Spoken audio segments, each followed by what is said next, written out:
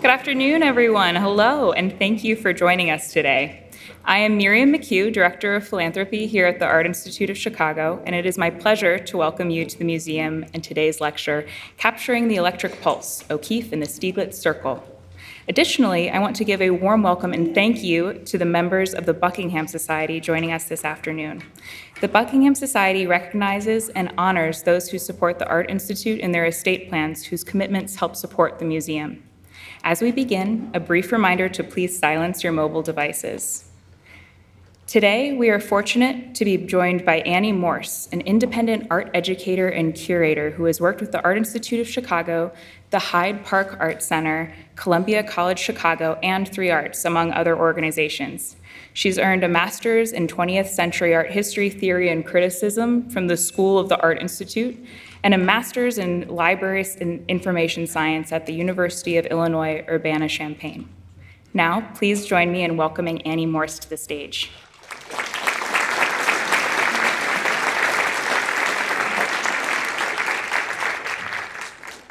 Good afternoon, everyone. Thank you so much for braving the heat, joining us today in the subarctic confines of Rubloff Auditorium. It's going to feel great when you go outside again.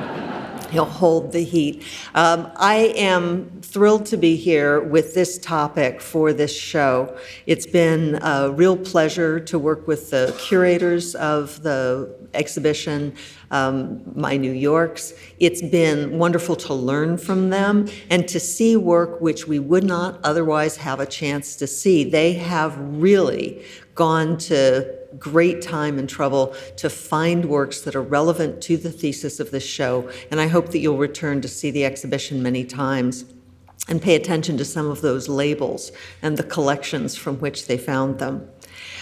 My topic today is a little different from those that Sarah and Annalisa have given, and I hope some of you heard those talks. If you haven't, sooner or later they will also be on the YouTube channel. But my remit here was to contextualize the exhibition with the collections, the permanent collections of the Art Institute of Chicago. So when we think about George O'Keeffe, sometimes what is conjured up in our mind is images like this, pictures of the young and beautiful, powerful-looking O'Keeffe made by her husband, Alfred Stieglitz, but also images like this one of a ramrod straight matron of a painter of the West. So it was a surprise to many to see how many urban views of the Eastern Seaboard she made. If you studied her work at all, you know that she did spend time in Chicago, that she went to, she worked here at the School of the Art Institute for a year, but that she also studied on the East Coast in Virginia, that she taught school in Texas, and her biography is full of movement. The West was a grand discovery for her in 1929, and it's that work with which she's become very securely associated. You will, I hope, also be surprised that I'm showing you Van Rolsdale's landscape with the ruins of the castle of Egmond, which may not seem to be relevant to the study of O'Keeffe, but I thought it would be worthwhile to discuss how her time in Chicago is informed by the Art Institute. Attending the School of the Art Institute in 1905-06 meant working in the galleries and passing through the permanent collection on a daily basis. This work wasn't in there yet, but it is relevant to the kind of art education she had and the works of the past with which she was familiar. It's relevant to my talk today because this particular image has in it a ruined tower emphasizing the last standing tower of a castle that was destroyed by the Dutch as a kind of a sacrifice in their struggle for independence with Spain. So the role of landscape painting in Rolsdale's time was to celebrate patriotic feats, to talk about the history of the country, and to call to mind a state of being that was coming into its own, an independence movement. It's also, in a kind of accessory way, a beautiful treatment of clouds and light and vapor with which O'Keeffe would also be very much involved, as would Claude Monet, who took landscape paintings out of the countryside. We know his haystacks, we know his fields of poppies, beautiful paintings. But as a French Impressionist, he was also interested in painting the city and in showing the city in its sometimes unlovely qualities, as well as the beauty of the clouds of steam issuing from the engines at the Gare Saint-Lazare. In America, where Impressionism took a little longer to take root, we have a great example in our collection of Gifford Beale's The Puff of Smoke. I love this picture, and it's on view, as are, I think, all of the works that I'm going to show you today. This one on the second floor of the American wing, conveniently located on your way to see the show. Beale's Puff of Smoke, he's a member of what was called the Ash Can School, and it's never been entirely clear to me whether it's so called because they painted urban landscapes that involved ash cans, or because art lovers of the time thought that those works belonged in the ash can, that they painted things like old men struggling along with a cane and neglected to put in the source of the puff of smoke, which is the train which is passing by on a lower level below the embankment. Like so many others, Beale was captivated by the river that runs through Manhattan, or runs alongside Manhattan. And his is the last generation to really stick to the facts, ma'am, as far as what one perceives with one's eyes. It was not by any means the first of American artists, Georgia O'Keeffe's blue and green music. Others had abstracted earlier, but she is known for her early abstractions that so captivated Alfred Stieglitz that with her friends and her cohort, she pressed forward to a uniquely American expression of the conceptual artwork that we now call abstraction. I also like the way she manipulates line and color and form. Blue and green music is a stalwart of our collection, but you can see how rigorously she's delineated the geometric elements of this painting, but also its soft organic forms that almost looks like seaweed or clouds in the lower left hand and in the center, the heart of the painting. Calling it blue and green music is something that a lot of her peers did to give people a leg up on the idea of abstraction. You don't go to the symphony and say, well, that didn't sound a bit like a triumph. That didn't sound a bit like a forest. It didn't sound like the afternoon of a faun. It is, by its nature, abstract, and so too, these artists felt, could painting be. One of the pictures that's gone from the galleries into the exhibition is Ballet Skirt, otherwise known as Electric Light, from the White Rose motif. And it's a picture into which you can really almost dive. It has so much depth, but such a restrained palette. And I would encourage you, as you go through the exhibition and also as you look at the works in our permanent collection that are on view, primarily in Gallery 265, at her absorption with the qualities of white. That white is rarely white in painting. It's almost always blue and mauve and has touches of other hues in it. But her work, painting white on white, is a really profound meditation on sight and also on the way light refracts through light. So a ballet skirt, think of that airy tulle floating through the air in a graceful pirouette. There's nothing particularly graceful about an electric light, but it's disarmingly modern for her to title her work this way. Now here's the heart of the show and the inspiration, as Sarah and Annalisa say, for the exhibition, My New Yorks. The Shelton with Sunspots is one of those pictures that took people by surprise when they expected bones and flowers and got a high-rise hotel. The Shelton was a modern marvel when it was new, and it was the place where O'Keeffe and Stieglitz found a home when they were in Manhattan. They lived on various and sundry floors. It was a residential hotel of the kind that we're less familiar with today, where people checked in and had a suite, ate meals out or downstairs. They didn't have kitchens or kitchenettes. They lived there as you would live in a hotel, but for an extended period of time. And then seasonally, they'd make their way to Lake George in upstate New York. But the Shelton has such a powerful presence here. It has been argued by architects, principally, that every building is a body. Every building has the mass of the human form, that we are vertical, that we stand on the ground the way a building does. And this one almost seems to have a face, inscribed by the splash of light. When we talk about sunspots, we typically focus on those yellow and orange spots that spangle the surface of the painting. But it's also within the context of photography. I think we've all shot into the sun and had those flares mar our pictures. This is a way of controlling that effect and giving that elevation to the picture in painting rather than as an accidental consequence of lens flare. You'll have the opportunity to think about the Shelton in depth in the exhibition, but so too will we be able to see the other paintings that she made. This is a picture that you really can't appreciate on a screen, and you really need to creep up to it. It's a little bit sidelined in the exhibition. It has its own space, so I hope you'll spend some time in front of it because it's jewel-like in its treatment of color against what is primarily a dark canvas.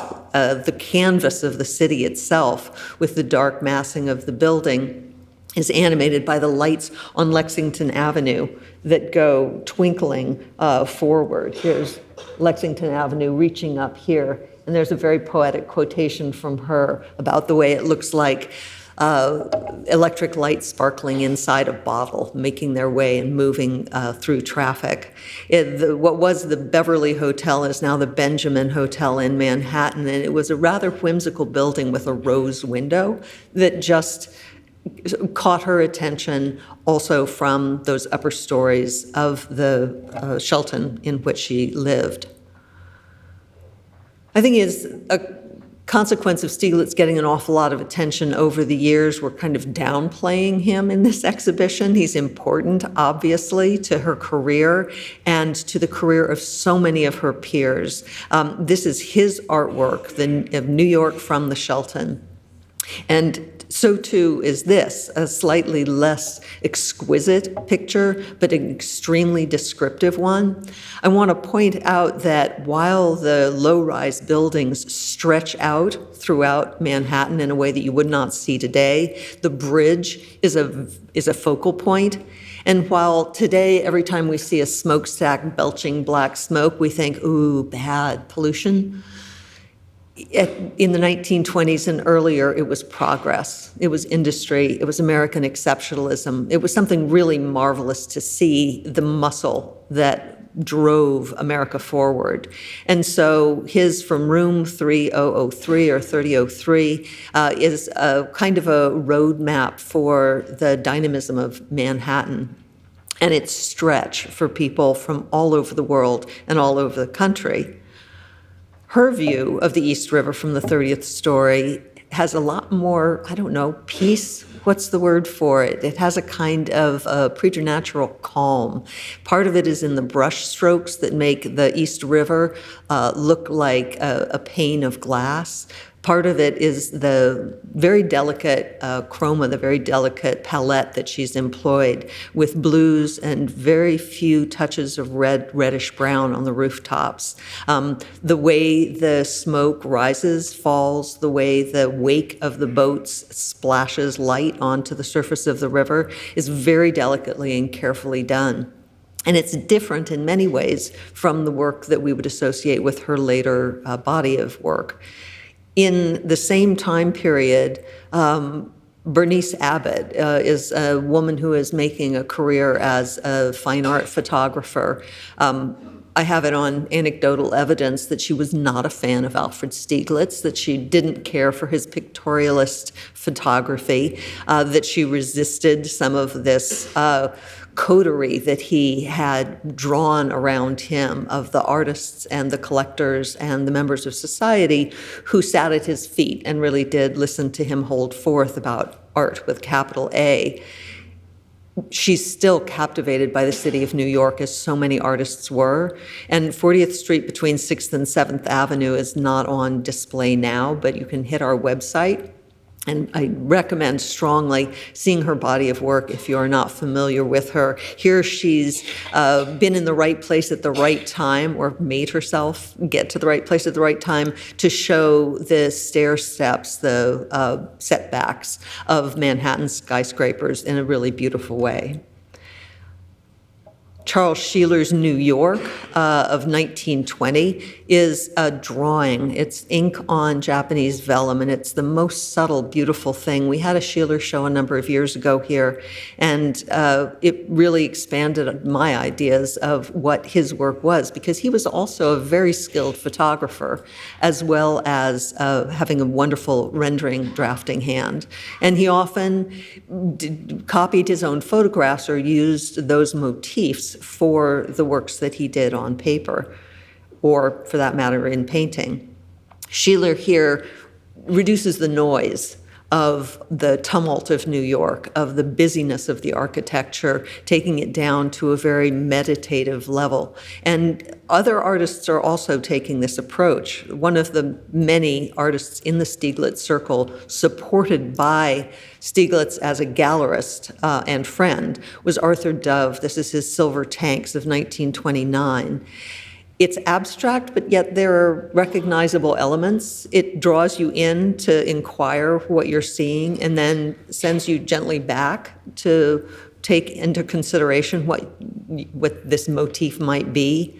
Dove was one of the first American artists to paint purely abstract paintings. Some of them have actually made their way to the third floor of the modern wing, which never would have happened a number of years ago. There were very few Americans that made their way up to that demonstration of early modernism, but Dove did. And his work continued through the years into the 40s, and you'll find those works on display on the second floor of the American wing, as you will Joseph Stella, who takes a strongly geometric approach to something most of us probably don't want to visit, the byproducts plant. I don't know what associations you have with that, but I think of the Chicago stockyards and the resulting aroma around Bubbly Creek. These are images of a great deal of strength and power that is given to the canvas with the artist's skill, but also by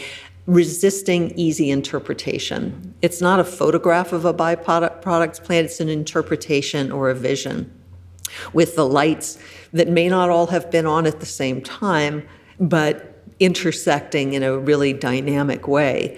We can't tell exactly what's going on here, but you'll notice that it's absent any humans. This isn't about human ability, it's about the structures that Americans have built to press that project forward. In Georgia O'Keeffe's East River from the Shelton, or East River number 1, there's a little bit of that spiky quality, the spiky geometry of Stella, that in those needle-sharp rays of the sun dropping down, you'll see kind of a quotation in some other paintings in the second floor galleries. I love that red stretch of river leading across to the other side, the other bank, and the smoke that rises from industry on the far side. The strongly silhouetted landscape in front. By the time you see this work in the exhibition, you'll know those buildings like old friends, because she's painting from the same location. She's painting the same motif, and you'll see the slightly nippled top of that one building, of the massing of the buildings. And that repetition of a motif is something that we've seen before in Monet, among many others, of artists that want to go back to a view and see what's different today, see what's different under these lighting conditions, in this quality, this time of day. In our galleries and in our city, Todros Geller was making images of the dynamism of Chicago in 1928 and earlier. He was associated to some degree with Hull House, Jane Addams' project on the west side of Chicago. He was very active in the Jewish community and created folios of prints that he provided for sale in support of good causes. Strange Worlds is a small and inconspicuous picture, but when you get up close to it, it is full of the richest information about Chicago. I don't know if you can see it here, but I hope you'll look at it in the galleries.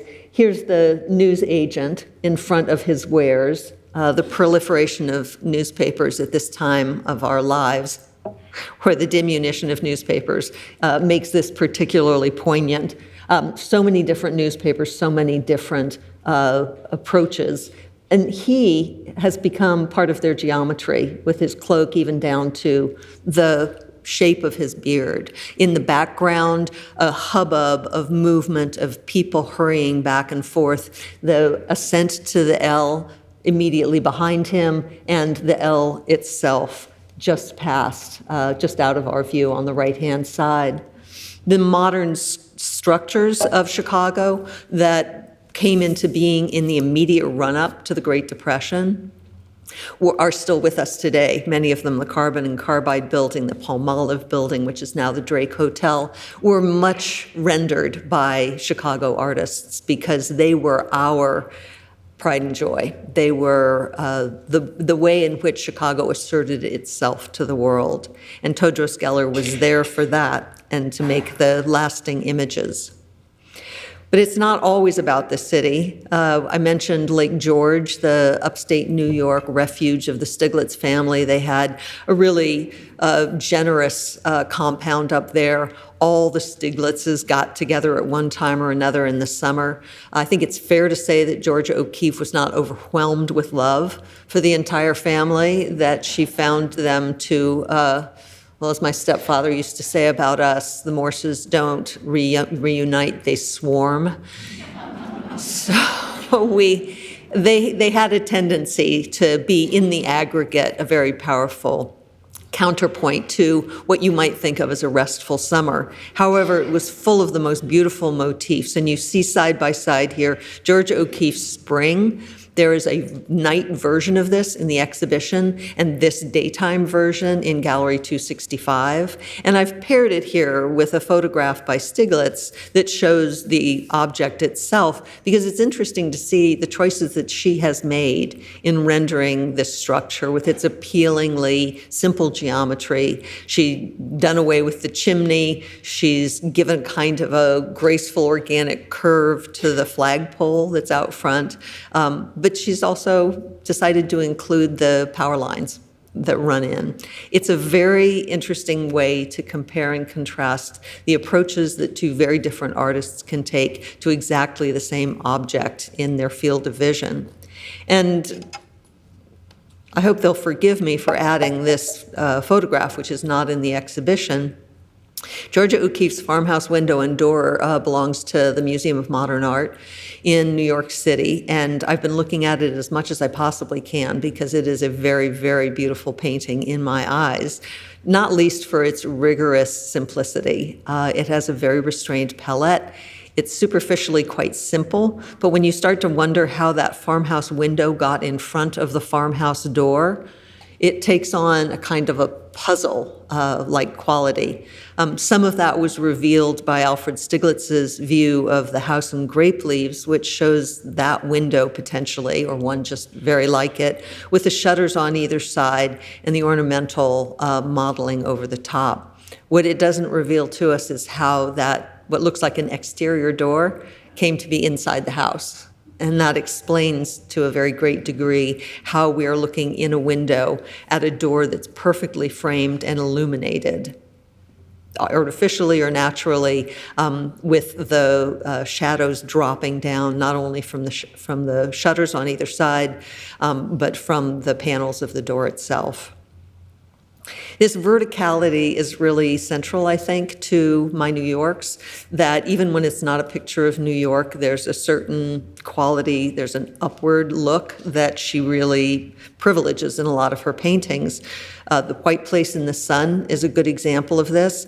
You might say that this was a picture of rock formations. You can see the sedimentary lines, the faint pink line of sediment from these eroded rocks in the canyon, but it's also this beautiful tranche of blue that fits down into the shape. It's a figure ground exercise where we can almost see the positive element of the sky fitting into the negative of the rock formation itself.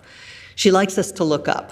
She wants us to look. She enjoys looking up. And she did so especially successfully in Peru, Machu Picchu, Morning Light of 1957. Can you imagine? She was born in 1887, and here she is hiking up Machu Picchu in 57, delighted to be able to live in the age of aviation and to get to Peru. But she doesn't paint the ruins, which are so famous. She paints the mountains around them and speaks very poetically of how grand the cliffs are, and expresses this in a very radical palette with pale blue, darker blue, and this almost acid green in the foreground, which I think, not having been to Machu Picchu myself, is actually quite accurate, that in certain times and in certain lights, we have a really powerful green, which we don't expect to see against the shadowed mountains and beyond. Again, she's looking up. She can't believe what great pleasure there is in being dizzied by these heights. She felt the same way about this particular structure, which is called rather enigmatically From a Day with Juan. Now, sometimes Georgia O'Keeffe's biography gets in the way of her artwork, and her late relationship with a young man named Juan Hamilton was then, during her lifetime, and is now still fodder for a lot of biographical notation, we'll say. She had visited Washington, D.C. in 1920s and been captivated by the Washington Monument. And she went back in 1977 with Juan and admired it just as much. Now, if you were going to paint the Washington Monument, wouldn't you take a step back and put in the point? It's kind of the whole, forgive me, point, right? And yet, that's not what's interesting to her. What captivates her is the trunk, the torso of the Washington Monument, and almost the reflection of clouds, or the suggestion of clouds in the monument itself.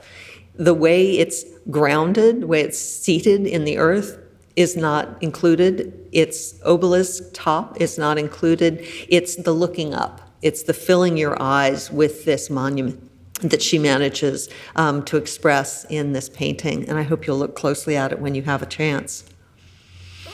Now, swiveling back in time just a little bit, I want to give a shout out to the early Chicago painters, or not early, but 20th century painters like Alson Skinner Clark, whose The Coffee House is easy to miss unless you traipse around the lower level, the first floor of the American Wing. And if you go into Gallery 178, you will find this extremely effective painting of crossing the bridges of Chicago in the wintertime with a little bit of slush, a little bit of ice on the river, the steam and smoke from the buildings billowing up and mingling with the clouds.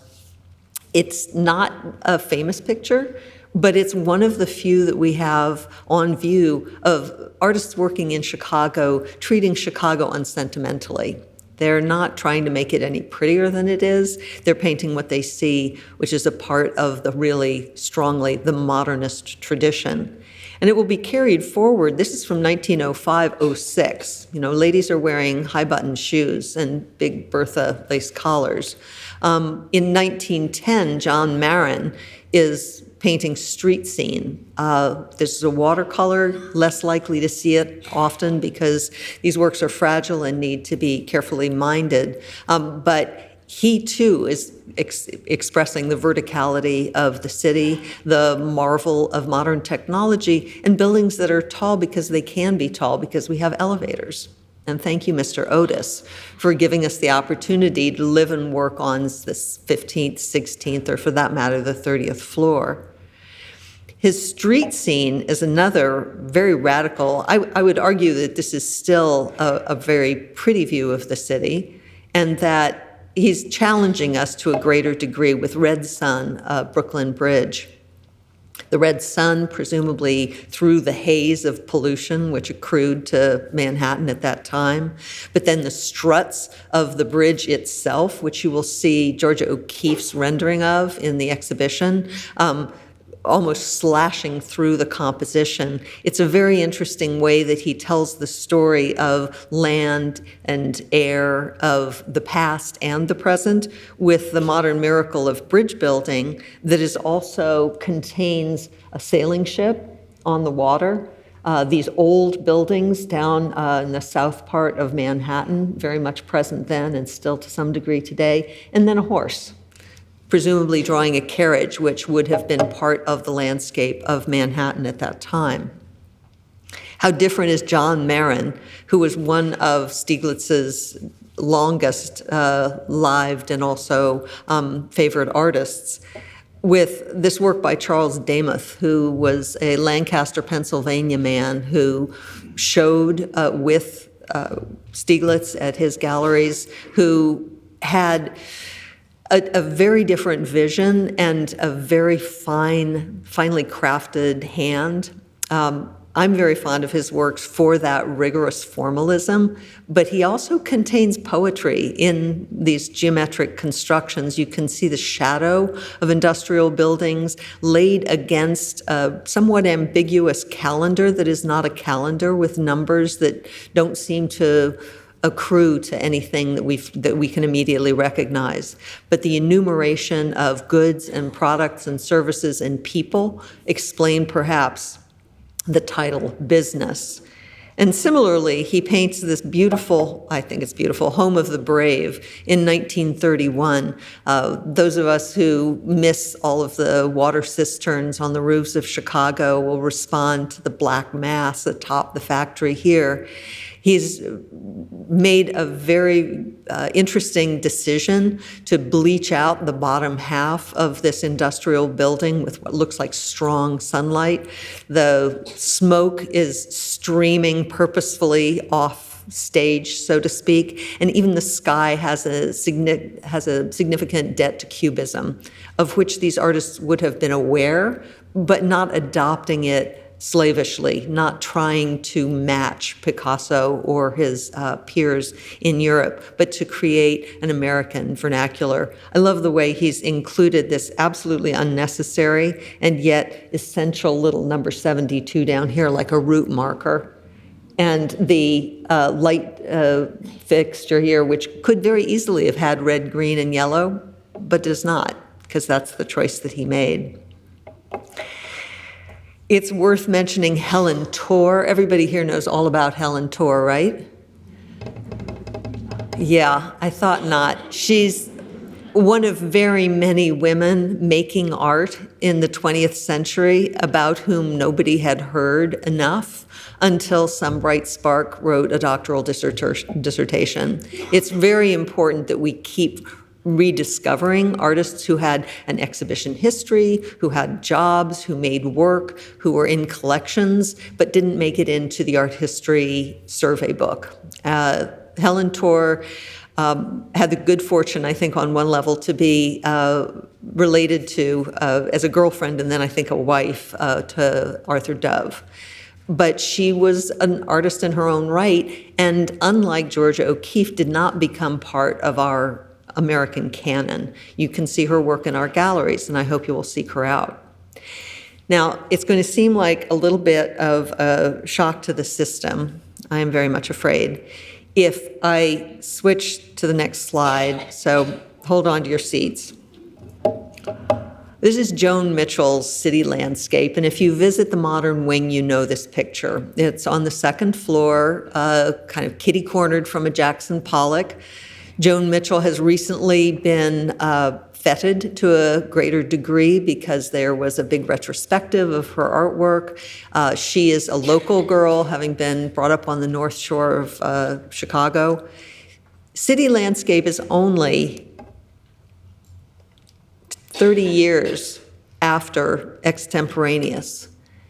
And if we sit with that thought a little bit, how fast 30 years goes by, that it is a generation, but that generationally art is moving in such a rapid manner as to make this possible by 1955.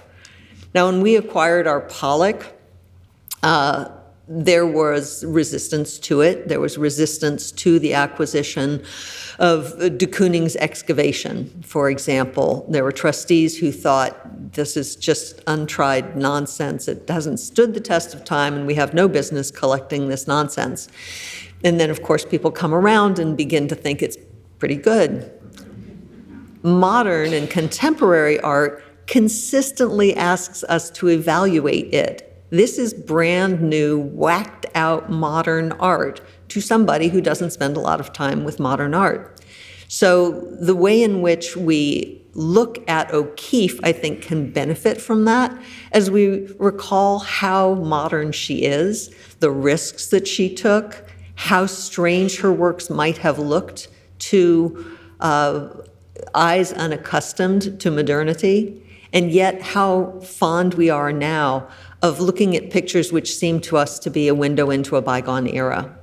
So there's a wonderful tension that I think emerges between things that are of the modern moment, of our contemporary moment, and things that were modern then and continue to be modern to fresh eyes. I'm thinking too of Gerhard Richter, whose Townscape from 1968, gosh, that's a long time ago now, but it's still modern art.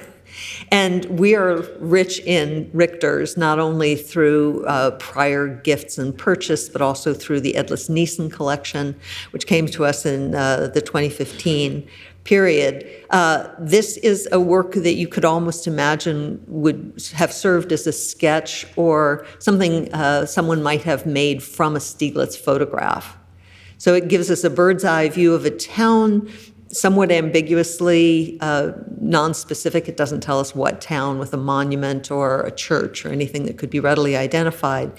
But that quality of figure ground is as present in this work as it was, say, in Bernice Abbott's photograph.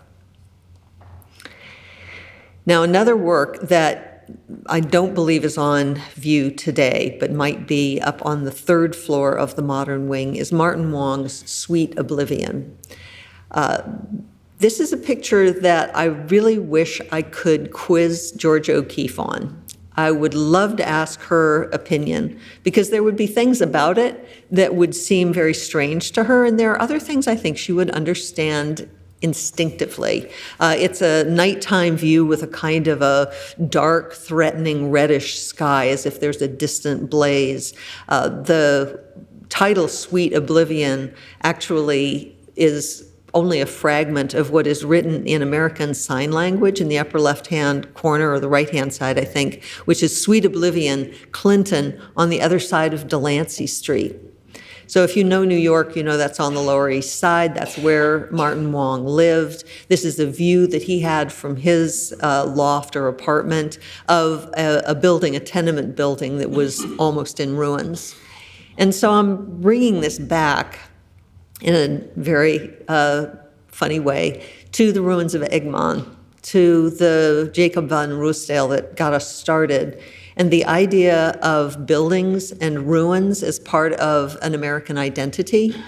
And while there's a triumphalism in the Shelton with Sunspots, or some of those marvelous paintings of the skyscrapers of the early 20th century, there's also a sense of a poignant loss of buildings that were hopefully built to house people, to house immigrants, to house workers that were making New York what it would become, and then having them fall into disrepair and ruin. They're surrounded by kind of flotsam and jetsam in this painting, and it's a monumental painting. It has the ambition of a history painting from the past.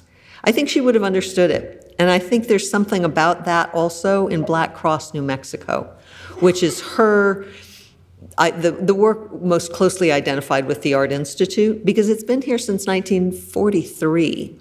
This is a work that was in the first retrospective exhibition of Georgia O'Keeffe's work that was organized by Daniel Catton Rich, a very influential curator and then director of the Art Institute. He had met O'Keeffe in the 20s at the home of Mabel Dodge Lujan. If you don't know all about Mabel Dodge Lujan, I heartily recommend looking her up. She's fascinating. And was at the center of an art colony in Taos, New Mexico. Catton Rich got to know O'Keeffe, admired her work, gave her a show, and in recognition of that, much later after Stieglitz's death, she made a very generous gift to the Art Institute of a significant portion of that monumental inventory of art that Stieglitz had acquired from his artists. So these are personal relationships. These are artistic and professional relationships that mesh in a wonderful way to create our collection of New York modernism, which without Georgia O'Keeffe, we would not enjoy today. She's a very important artist. Her work has created a consciousness for us, I think, of our location between the Eastern Seaboard and the West, and situates us as a center of contemporary art, both of the past and of the present. I'll close with a structure that you may recognize.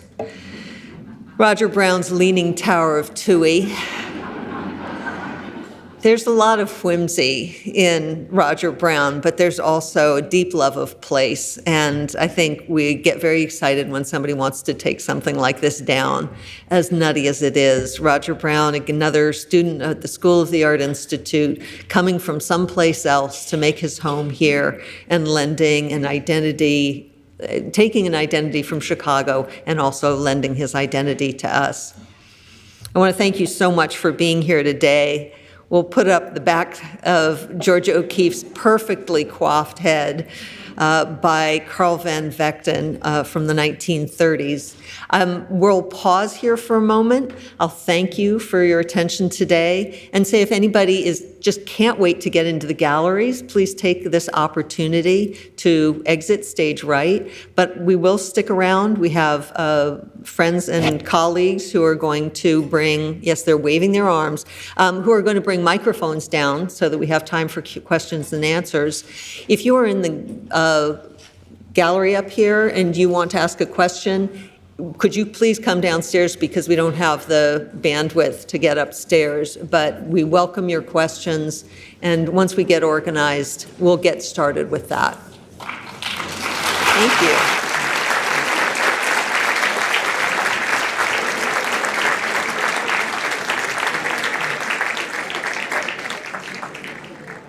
When the immediate hubbub dies down, if you have a question, please raise your hand.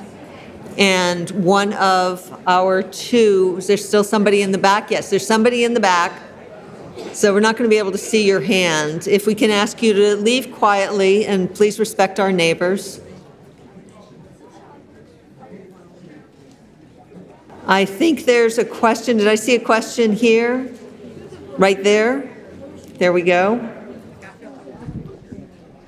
Thank you so much. This was an amazing lecture. I had a question about Shelton with Sunspots. Yes. So you mentioned like the lens flare and sort of the lights on it. Do you think it was that Georgia O'Keeffe was doing a painting based off of a photograph? Could you get a little up on I was just curious about the lens flare in the Shelton with Sunspots. I don't think she was working from a photograph. I think she's familiar with the effect from the many, many, many photographs she has seen. But it's a big distinction between working from a photograph and seeing something and rendering it in paint that you really can't see with the naked eye. It's very difficult to see a sunspot. We have evidence of them in a photograph, and yet we do know. We close our eyes, because the flare is too painful for us to look directly through the Shelton with sunspots. She's allowed us to look for a protracted period of time at something that we would otherwise dodge. Annie, we have a question here in the back. Thank you. But besides the fact that Stieglitz was a photographer and O'Keeffe was a painter, I remember a past lecture saying that one was more macro, would look and a bigger picture, and one was more micro. Is that true? And if the second part of this is, what other distinctions from an artistic standpoint are between the two?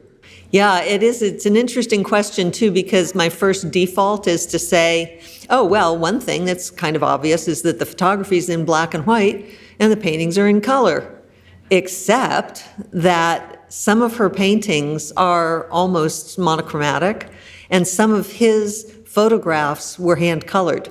So he was aware that color was coming to photography one way or another. And it's true that compositionally there are some striking similarities between the two, but the way in which paintings are made is so different physically from the way a photograph is made. And thinking about a photograph being something you see that you then make an exposure of on a negative, and then the negative is printed on another piece of paper, and then it's often printed in a book. So there are many different iterations between you and the image that the photography originally made. Paintings, on the other hand, are incremental by nature. It's touch, touch, touch, touch, touch. Consider, touch, touch, touch, touch, touch. So I don't know if I'd use macro and micro exactly, because that suggests one is diminutive and the other is vast, when the impact of a photograph can be vast. And a painting can live on a watch fob and still have contain a memory for us. I think that's an evasive and yet the best answer I can offer you for that. Yeah, you got a question up front. So I've already seen the exhibit, but I have a question about how the exhibit is hung. The color of the walls, the spacing of the pictures, the construction of the space itself. Who makes those decisions? And does it change, like, based on input from the curators? Well, the curators are the final say-so, by all means. The curator engages an exhibition designer and works with that person to create an environment which will best set off the works. Some of you who have been in the exhibition may have noticed that there's a little fence in front of a couple of things. What's that about? Well, those are paintings that aren't glazed. They're not behind glass. And people tend to lose their depth perception when they're in the presence of a masterpiece or fully engaged with something. So there were some decisions that may seem strange, but actually do have a reason. When we borrow artwork from another institution, we sign agreements that say it will be exhibited in thus and such an environment with this many foot candles, this amount of light, and with this degree of heat and humidity. When you see those little things in the corner of our galleries, that's not a seismograph for our earthquake, that's heat and humidity monitors. So people have very strong feelings about those colors, and I've read some reviews that say it's too empty, it's too spare. I was up there, the place is packed. There's plenty of elbow room. That's a good thing.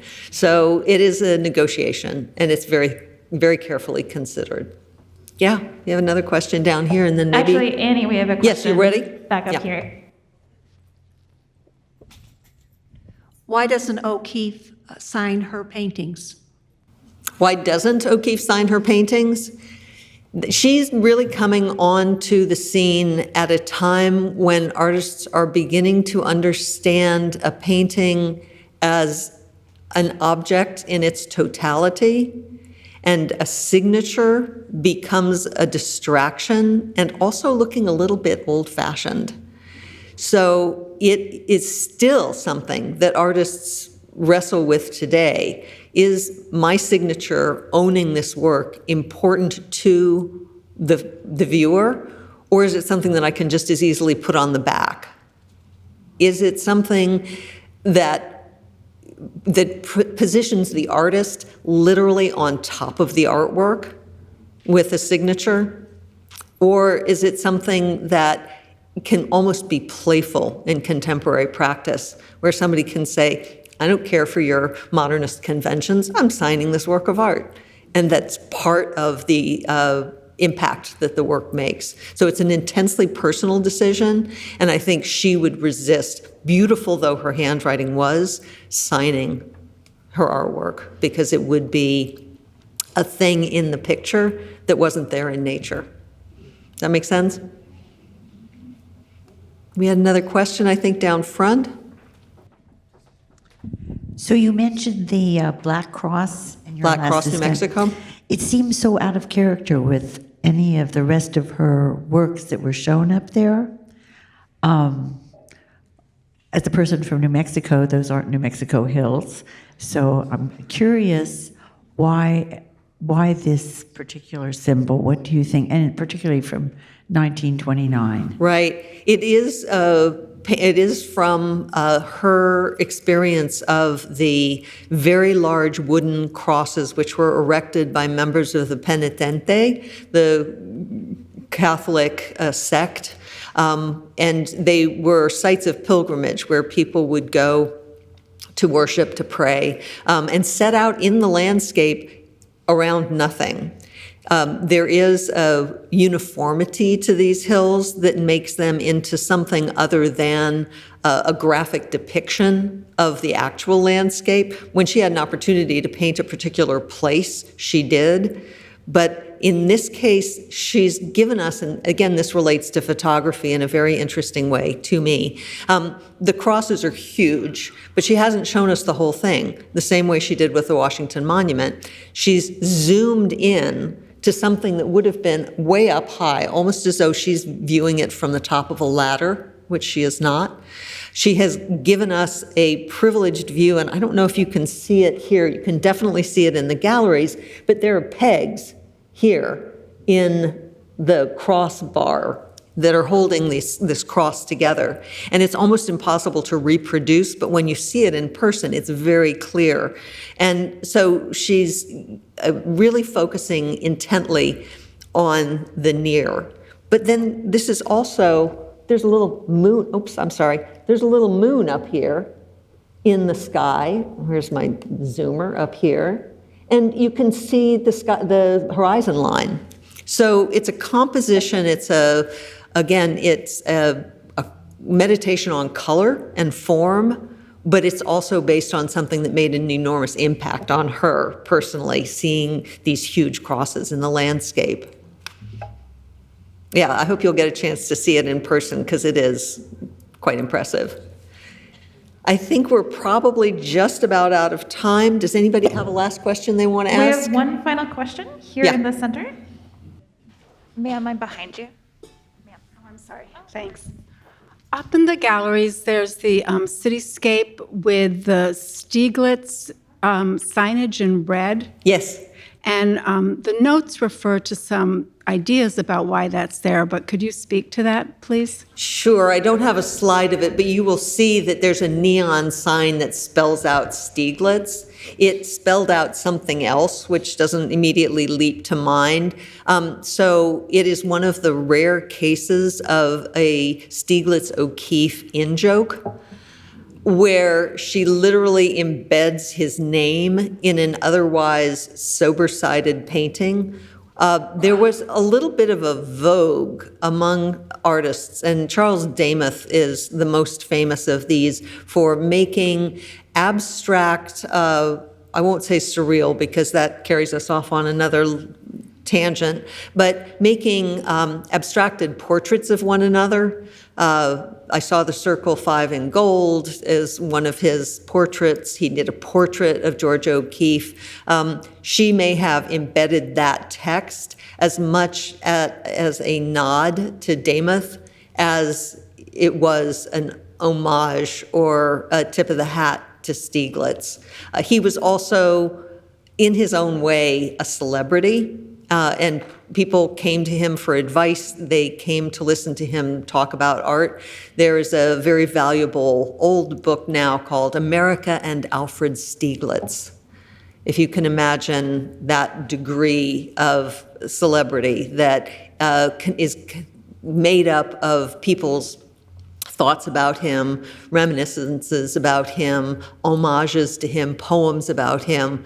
It's what they would call in academic circles a Feldschrift, that is something that is a document of his importance, and that was widely read and circulated. So it's not a big surprise that she would have stuck his name into a painting as a kind of a nod to their life together and the centrality of their work in the art world of that period.